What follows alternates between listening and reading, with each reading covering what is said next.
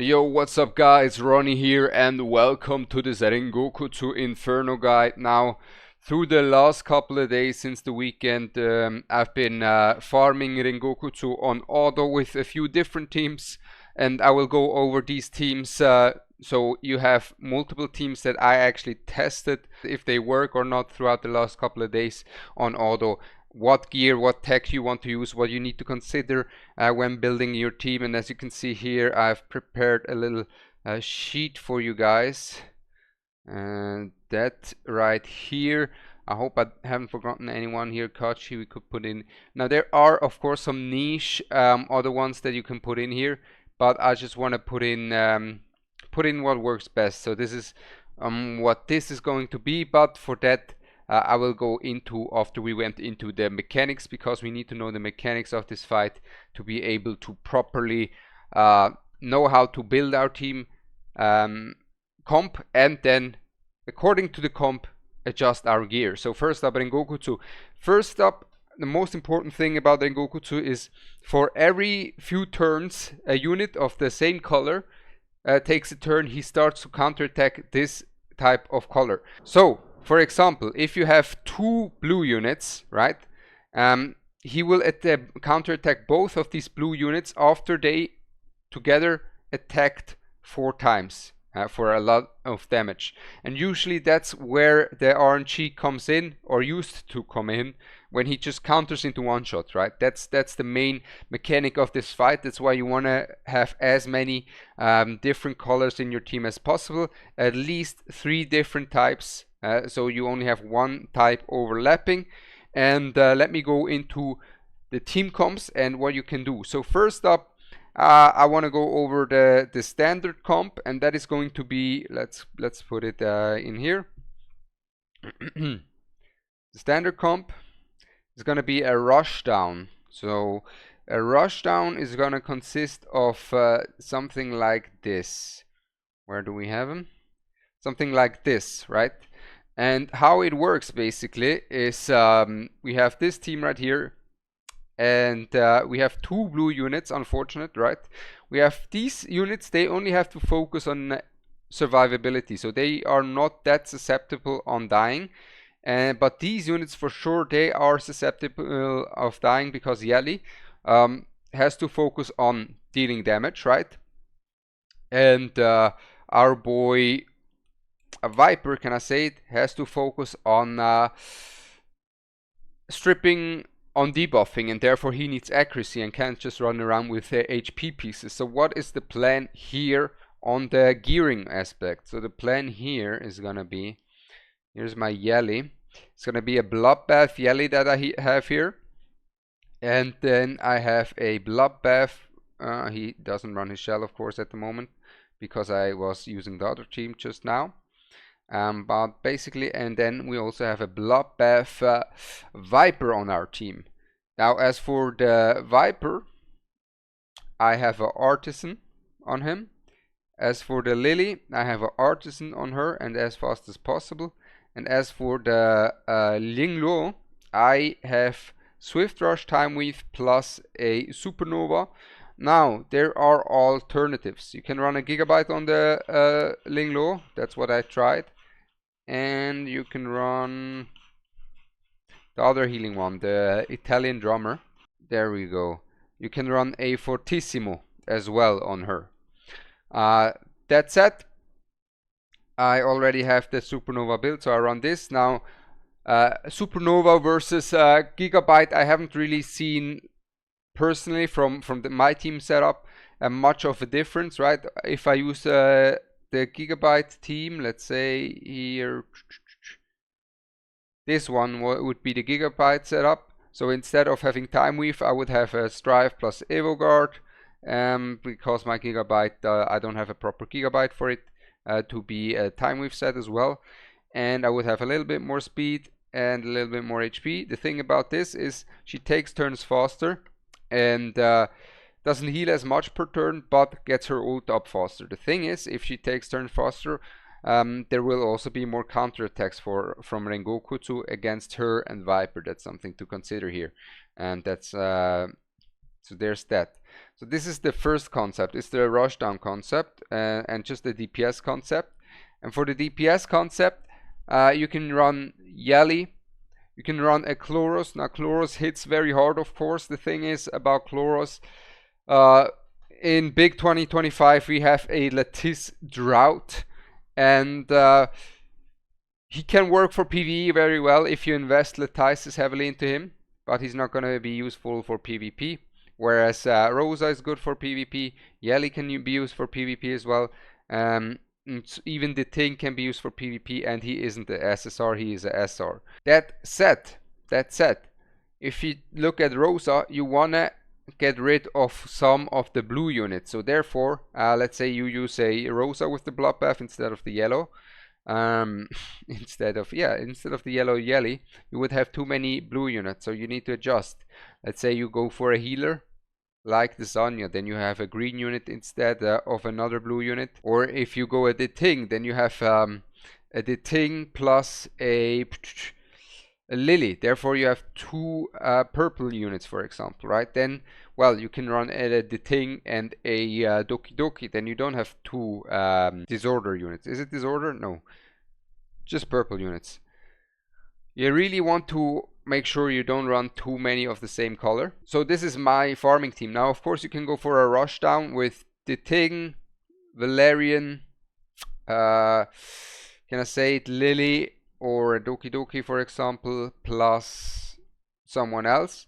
If you go for a Rushdown, for example, with the Ting, what you really want to do is going to have a count on there. If you go for a Rushdown, with a count, he is able to self-heal a lot and therefore survive a lot, and the Valerian is not going to heal all the time.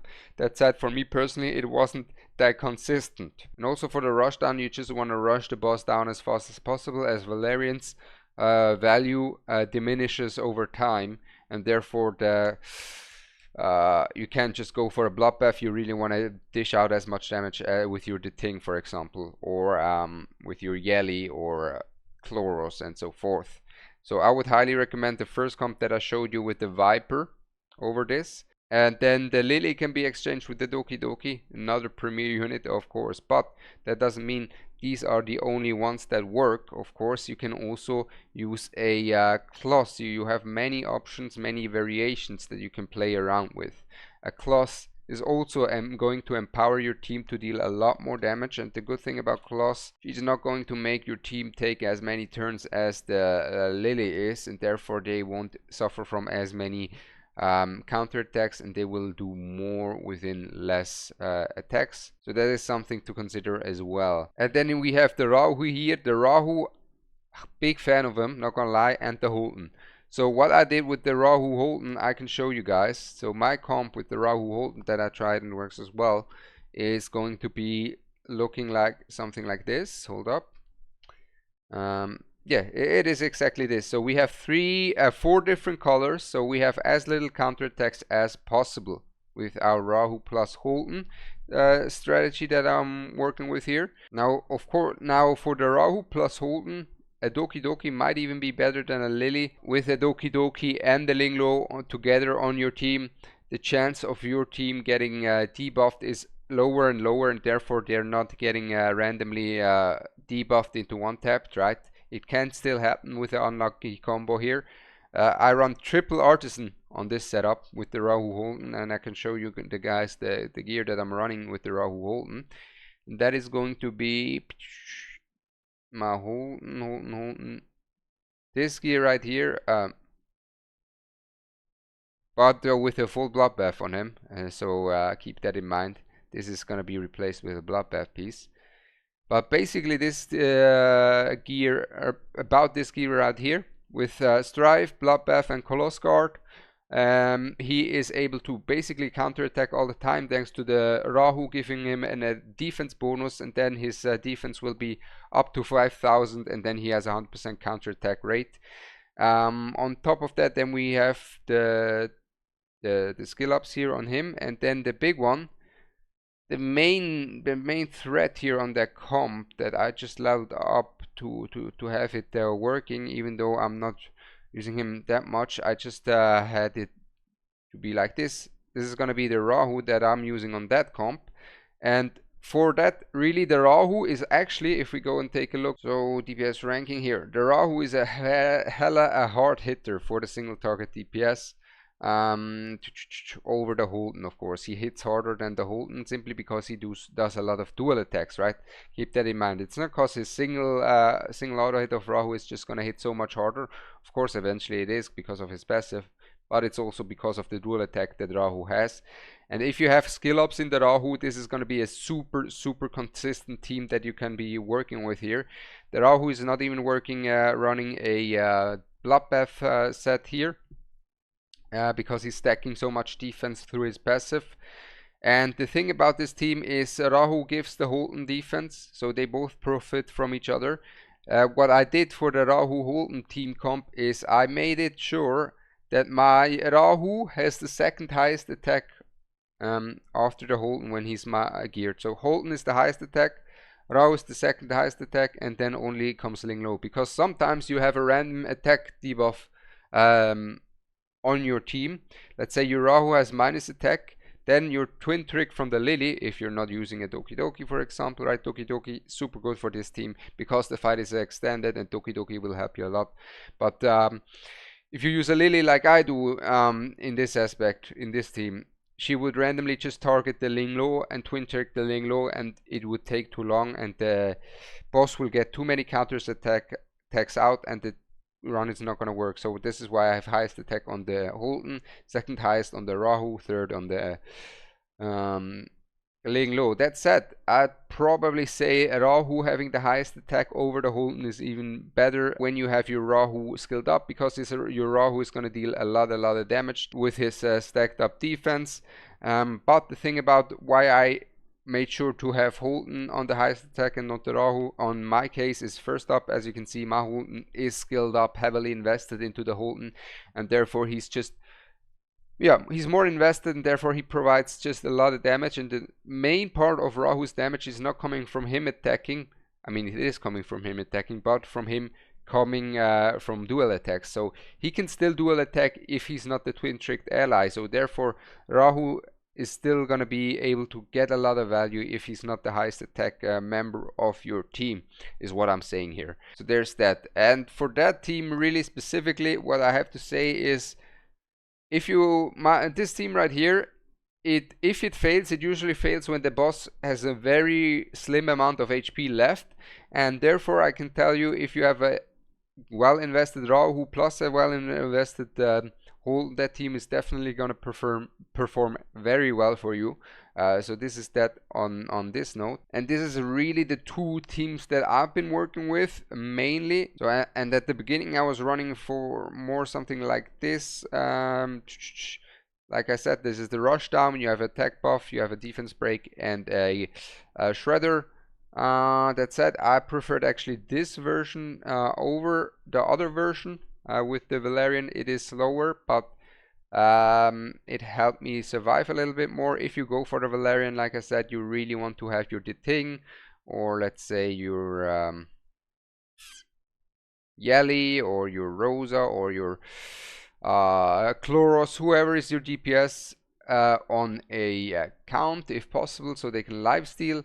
Also, of course, the Lily, we can, for example, do something like this, and then we have something like that can work as well. So you go double attack damage dealer instead of the Lily, or you go for a Doki Doki instead of the Lily, right? There's many alternatives, many variations on that note. And as you can see here, there's someone running a Rahu. I've seen some people actually running a Rahu with double green and he still survives. So Rahu, very strong alternative, of course, if you have him skilled up, right? That's the main thing. If you have him skilled up, he is gonna be a monster for you here in this fight. And I've seen also people using a Rahu. Is there the other guy who used Rahu? I'm not too sure about that one, honestly. Not too sure about this one. There's a very interesting build here that he's running on his Diamond, but yeah, not too sure about this one. Where is the other one? Seen another Rahu that used Sanya, but basically, yeah, another Rahu that used Sanya. So Rahu is definitely a good alternative, and if you run a normal DPS, I would highly recommend to go with the Bloodbath path. plus Viper. That worked for me, and I hope these teams that I showcased you, or the little list that I've prepped for you guys here, can help you to find your team to beat Inferno Rengokutsu, because it is kind of one of the most important parts of this game to farm, because it has such overpowered shells in there. With that said, I'm Ronnie. I wish you a blessed day, and I'm out. Peace.